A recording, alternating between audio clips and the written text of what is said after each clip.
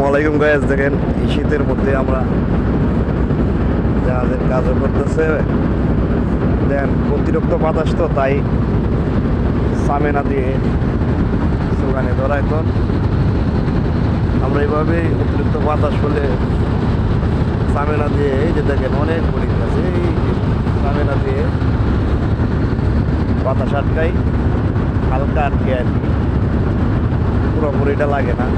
আর এই যে দেখেন এখানে কাজ করতেছে অনেকে,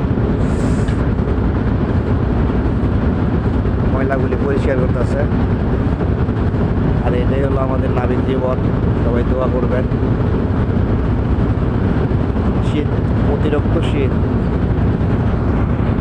দেখেন কি অবস্থা। জ্যাকেট, টুপি সব কিছুই লাগাইলে আমাদের অনেক শীত, এখানে প্রচুর ডাবল বাতাস লাগে রানিং অবস্থায়।